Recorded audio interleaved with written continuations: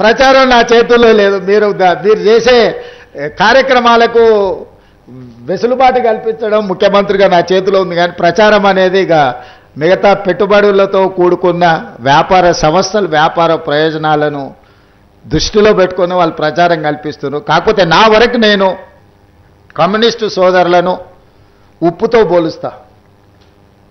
ఏ వంట ఏ మసాలాలు ఎన్ని పెట్టి వండినా ఉప్పు వేయకపోతే దానికి రుచి ఉండదు. మసాలాలు ఎంత గొప్పగైనా కలపొచ్చు.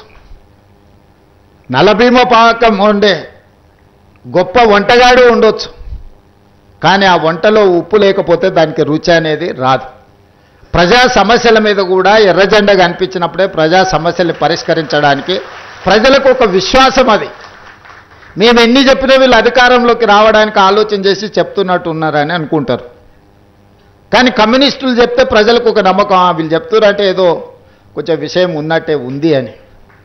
కమ్యూనిస్టులు అధికారంలోకి తేవడానికి పనికొస్తారో పనికిరారో నేను విశ్లేషించలేను, కానీ ఉన్నోన్ని దించడానికి మాత్రం 100% పనికొస్తారు.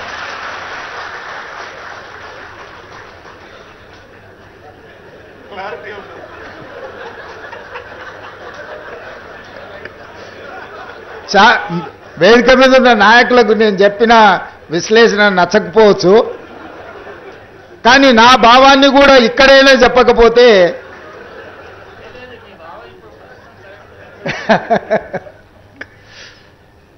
సో ఉన్న వాళ్ళని దించడానికి కమ్యూనిస్టులు ఎప్పుడూ ముందులో ఉంటారు తప్పులు చేసేవాళ్ళు. సో అందుకే తప్పులు జరగకుండా పరిపాలన అందించాలనేది నేను చాలాసార్లు ప్రైవేట్ సంభాషణలలో చెప్తూ ఉంటా. నేను నిజం చెప్పకపోయినా సరే కానీ నేను అబద్ధం చెప్పను అని.